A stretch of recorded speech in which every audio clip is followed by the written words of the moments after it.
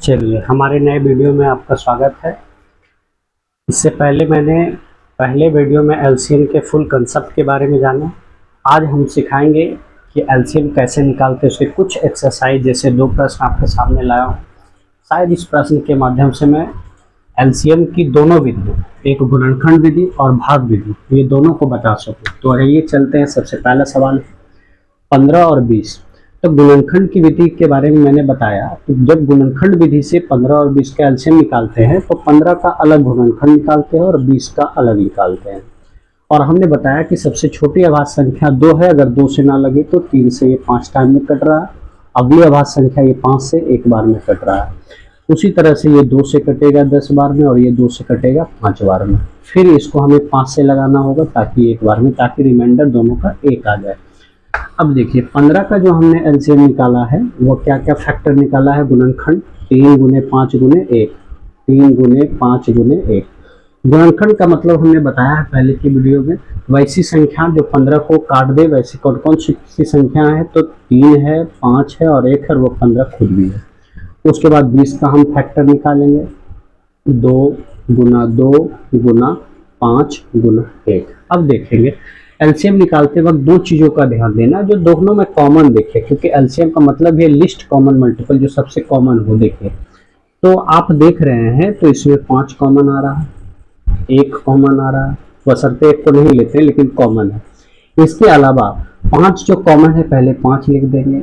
अब देखेंगे कि जो कॉमन नहीं है, जैसे 1 कॉमन है और 3 इसमें है लेकिन इसमें है पर 20 में नहीं है, तो इन दोनों में से कोई कॉमन दिख नहीं रहा है। तो तीनों को एक साथ लिख देंगे। पहले 3 लिखेंगे, फिर उसके बाद 2 लिखेंगे, फिर उसके बाद 2 लिखेंगे। यानी 5 दिया 15, 15 दूनी 30 और 30 दूनी 60। यानी इसका एलसीएम क्या आ गया, 60 आ गया। तो 15 और 20 का जो एलसीएम आ गया वो 60 आ गया। अगला सवाल 12 और 16 का देखेंगे, लेकिन सबसे पहले 15 और 20 का भाग विधि के द्वारा देखें। भाग विधि में क्या करते हैं, इन दोनों संख्याओं को एक साथ लिखते हैं, 15 और 20, और वैसी अभाज्य संख्या चूज करते हैं जो दोनों को काट सके। जैसे 5 से ये 3 बार में कटेगा, 5 से 4 बार। अब देखिए दोनों कटने वाली संख्या नहीं है क्योंकि नीचे अभाज्य संख्या के रूप में आया है। अगर 3 से लगा दें, देखिए अगर हम 3 से लगा दें तो 1 बच जाएगा 4, लेकिन 4 से अगर हम लगा देंगे तो नहीं कटेगा। इसलिए अभाज्य संख्या के रूप में बचा है, एक संख्या 3 है और एक संख्या 4 है। 4 2 से तो लग रहा है, लेकिन अगर हम 2 से लगावे तो 3 लगे नहीं लगेगा, लेकिन 4 लग जाएगा। इसलिए एलसीएम जो निकल के आया 5 बाहर का, और जो सबसे नीचे बचा है 3 गुना 4, तो इसका एलसीएम हो जाएगा 5 3 15, 15 चौक 60 हो जाएगा।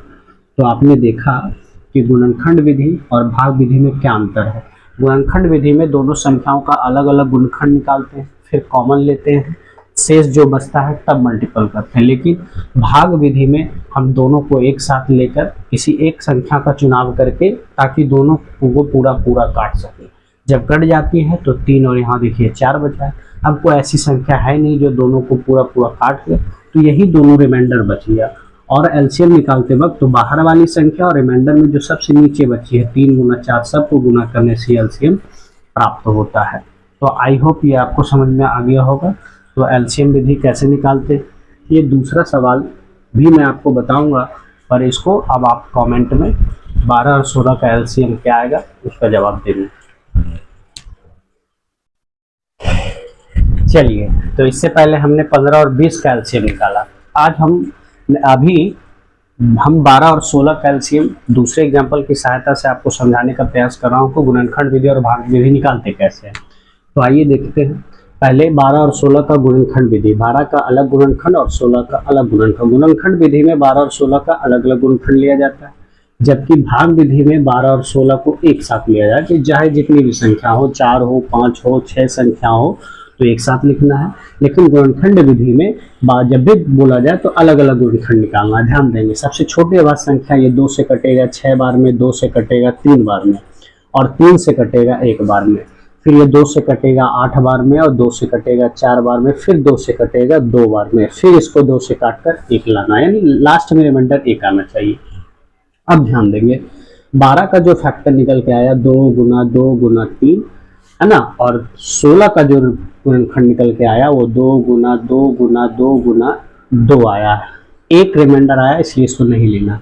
अब दोनों के बीच क्या ढूंढेंगे, तो लिस्ट कॉमन पढ़ रहे हैं यानी कॉमन ढूंढेंगे। तो इसमें भी 2 का कॉमन है, इसमें भी 2 का कॉमन। अब देखिए इसमें 3 है बट इसमें 3 नहीं है, इसमें 2 है पर इसमें अब नहीं है, तो नहीं है जो कॉमन संख्या, तो हम लिखेंगे एलसीएम इक्वल टू क्या आया, तो पहली 2 का एक कॉमन है, फिर अगली 2 का भी एक कॉमन है, 2 लिखे।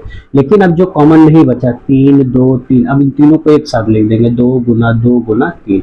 अब सबको गुना करेंगे, 2 2 4 4 दूनी 8 8 दूनी 16 16 तिया 48 16 तिया 48, तो 12 और 16 का जो एलसीएम आया 48 है। अब देखिए भाग विधि से लगाते हैं, तो देखिए 12 और 16 को एक साथ, आपको एक ऐसी छोटी आवाज संख्या लेनी होगी जो दोनों को पूरा पूरी काट सके, जैसे 2 से ये 6 बार में और 2 से 8 बार। फिर अगली छोटी आवाज संख्या 2 है 3 बार में और आपको 4 बार में। हमने छोटी सा आवाज संख्या क्यों लिया है, हमें कंसेप्ट वाली एलसीएम कैसे निकालें उसमें आप जब देखेंगे वीडियो तो एकदम बारीकी से बताया गया कि 2 को ही क्यों लिया जाता है पहले। उसके बाद देखिए 3 और 4 आया। अब ऐसी कोई संख्या है नहीं 1 के अलावा जो इन दोनों को काट सके, तो अब हम इसके बाद भाग लगाना बंद करेंगे। अब लिखेंगे एलसीएम बराबर, तो देखिए 2 गुना 2 बाहर वाली और नीचे जो शेषफल बची है 3 गुना 4 3 गुना 4, आपस में इसको गुना कीजिए, 2 दूनी 4 4 तिया 12 12 चौक 48, यानी ये भाग विधि के द्वारा भी 48 और गुणनखंड विधि के भी द्वारा 48। लेकिन हम बात बता दें कि गुणनखंड विधि का इस्तेमाल क्वेश्चन में दिए गए उसके अकॉर्डिंग हम लोग निकालते हैं, जबकि अधिकतर लोग भाग विधि ही निकालते हैं। भाग विधि निकालना बहुत ही आसान होता है और एलसीएम हमेशा भाग विधि के द्वारा ही निकाला जाता है, गुणनखंड के द्वारा भी निकालते हैं ताकि वो बच्चों का बेस मजबूत हो, इसलिए गुणनखंड विधि के द्वारा निकालते हैं। लेकिन जब भी बड़े बड़े एलसीएम भिन्न का जोड़ बनाने में, भिन्न का घटा बनाने में जो हम लोग यूज़ करते हैं तो किन विधि का यूज़ करते हैं, तो भाग विधि के द्वारा। आई होप यह पूरा एलसीएम निकालने का तरीका आपको समझ में आया। तो आपको एक छोटा सवाल क्वेश्चन 3 दे रहा हूँ जिसमें आपको 75 और 20 का एलसीएम बताना है कि कितना आएगा, ये कमेंट में जवाब देंगे। चलिए धन्यवाद।